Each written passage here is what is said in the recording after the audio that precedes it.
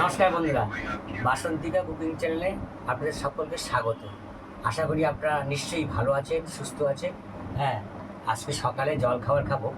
এই জলখাবারের মধ্যে আছে হচ্ছে সবজি দিয়ে চিকেন স্ট্রু, সবজি দিয়ে চিকেন স্ট্রু। হ্যাঁ, বাবু আর আমার আর খোকার মায়ের।